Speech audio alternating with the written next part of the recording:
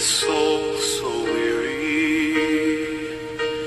when troubles come and my heart burdened be, then I am still and wait here in the silence until you come and sit a while with me.